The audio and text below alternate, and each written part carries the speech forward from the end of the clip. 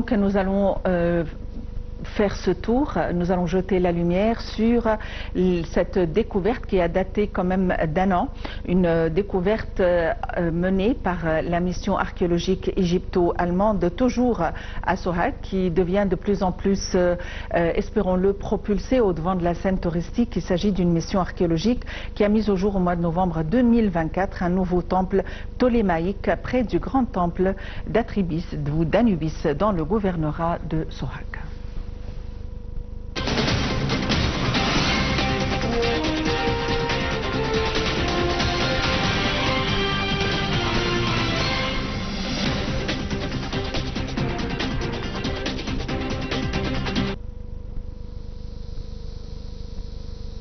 Une mission archéologique conjointe égypto-allemande a mis au jour un nouveau temple ptolémaïque près du grand temple d'Atribis dans le gouvernorat de Sohag.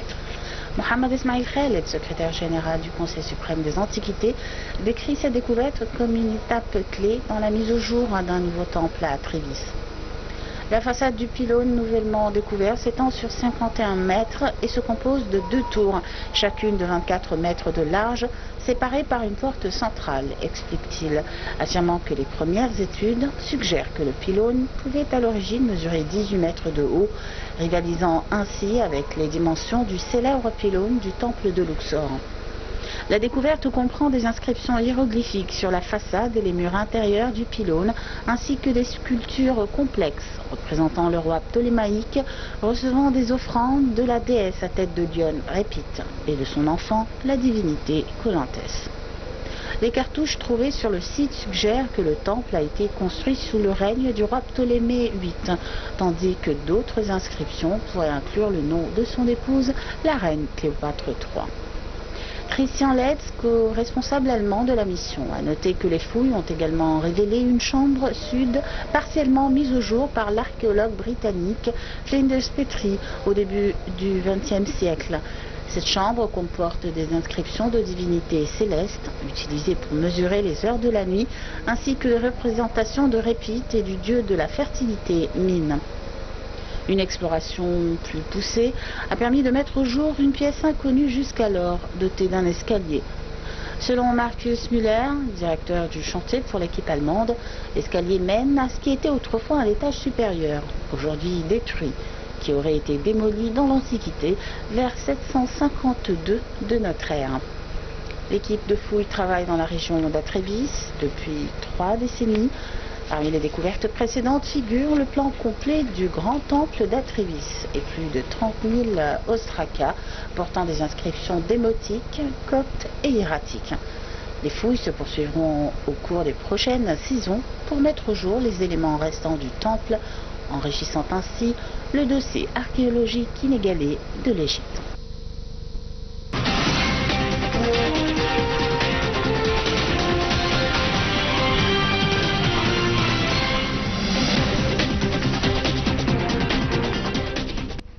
Donc, le ministère du Tourisme, comme on l'a mentionné, et des Antiquités a lancé une campagne de promotion pour les destinations touristiques en Égypte pendant le mois de Ramadan et la fête du Petit Bayram ou la rupture du jeûne, Aïd el-Fitr, selon un communiqué publié samedi 1er mars sur la page officielle du ministère.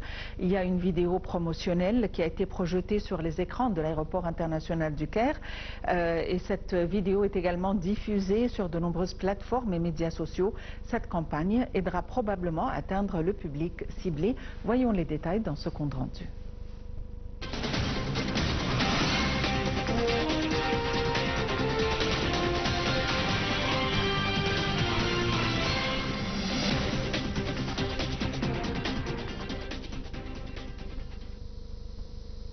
Le ministère du Tourisme et des Antiquités a lancé une campagne de promotion pour les destinations touristiques en Égypte pendant le mois du Ramadan et lors de Eid el-Fitr, le Petit Bayram.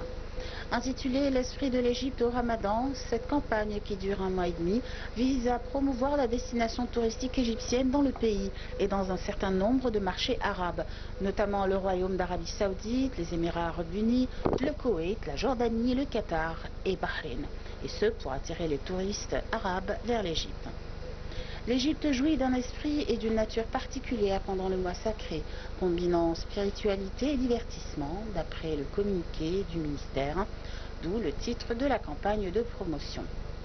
Amr El-Odzi, le président de l'organisme général pour la promotion touristique, a souligné dans le communiqué qu'il fallait maximiser l'utilisation des moyens modernes de technologie dans la promotion du tourisme en Égypte, en intensifiant le recours au marketing électronique et en lançant des campagnes de promotion sur les divers sites de réseaux sociaux, et ce à la lumière de la tendance croissante des sites web pour la recherche et les réservations des sites touristiques. Il a ajouté qu'une page a été réservée sur le site web promotionnel de l'organisme de promotion touristique. L'Égypte a multiplié les campagnes de promotion touristique ces dernières années qui semblent avoir porté leurs fruits. En effet, le secteur du tourisme a réalisé un record en 2024 avec plus de 15,7 millions de touristes, soit une augmentation de 5,3% par rapport à l'année 2023.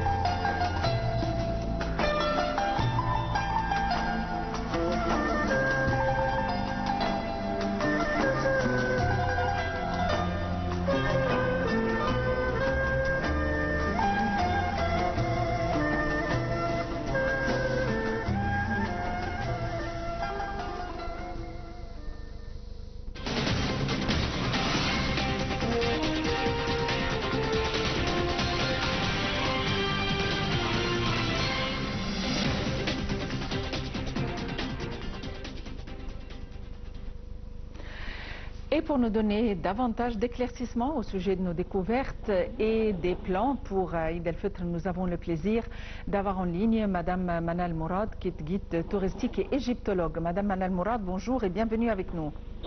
Bonjour Mara, comment allez-vous? Ça va très bien. Je vais revenir, puisque vous êtes égyptologue et vous avez cette passion pour toutes ces découvertes. J'aimerais revenir sur les nouvelles découvertes de la ville de Sohag, notamment la tombe royale, et qui est aussi un atelier de poterie datant du XVIIe siècle avant Jésus-Christ, qui a été découvert à Sohag en Haute-Égypte par la mission archéologique égypto-américaine de l'université de Pennsylvanie. Alors, j'aimerais avoir quand même ce que vous avez à dire concernant cette découverte et son importance.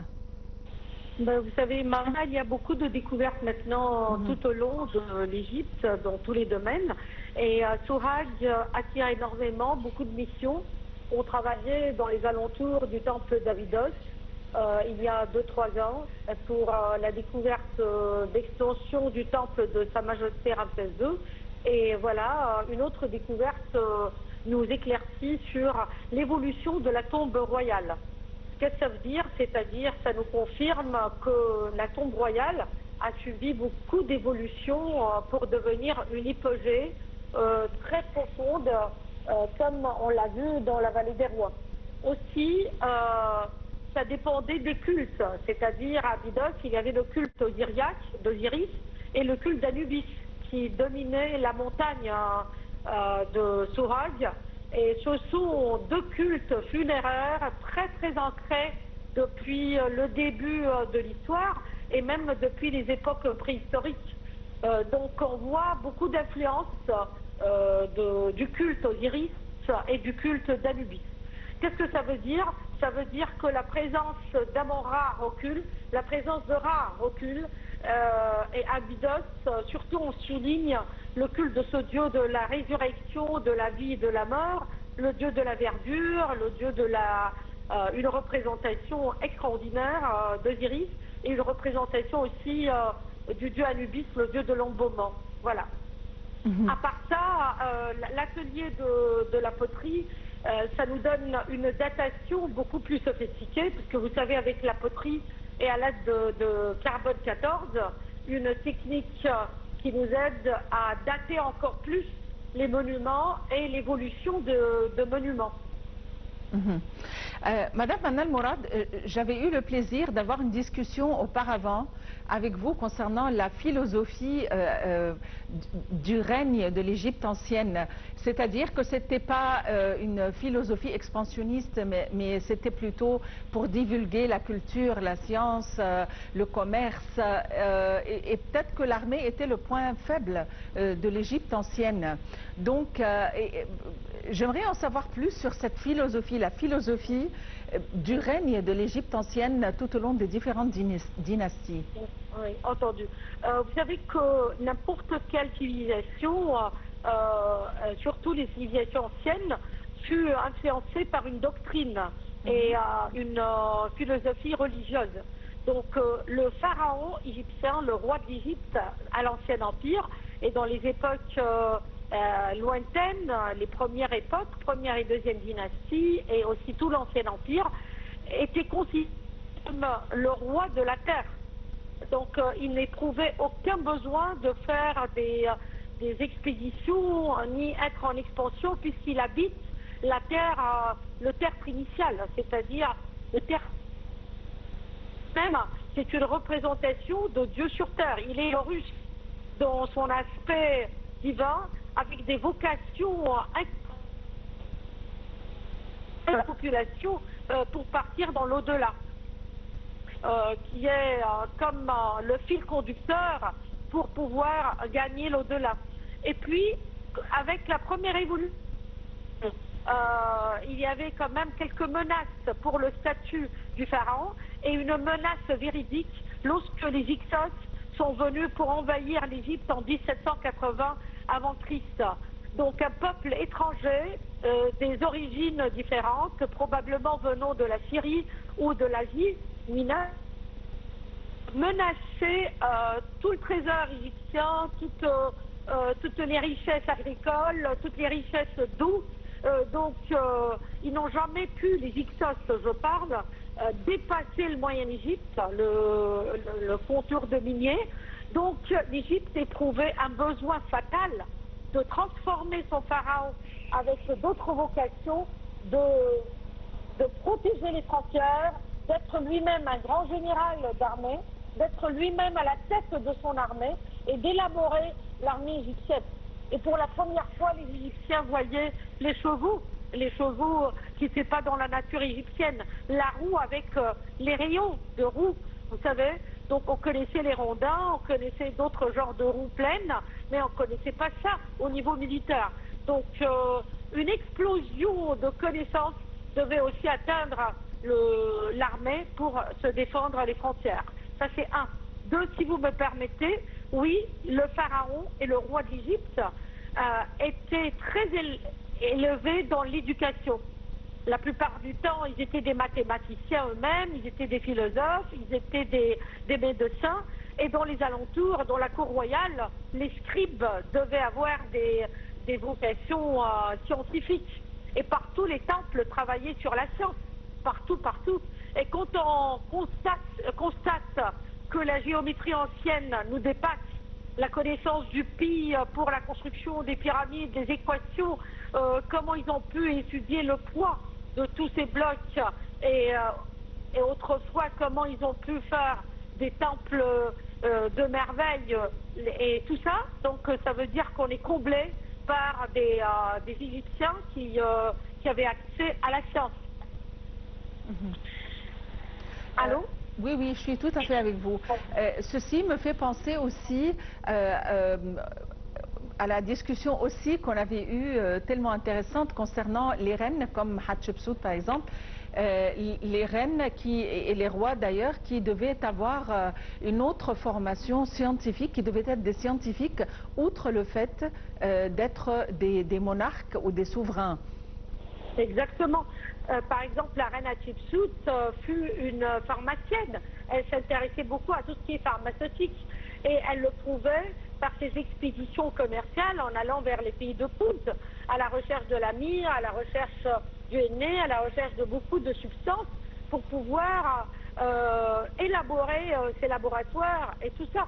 Tous les arbustes qu'elle a pu chercher dans tous les pays du sud, la Somalie et le Yémen, pour ce sujet. Aussi, ses filles, à elle les a, comment dirais-je, elle les a données ou elle elle a demandé à Senmout une grande tête architecturale, un grand mathématicien, pour élever ses filles, surtout les Froura, pour devenir une mathématicienne.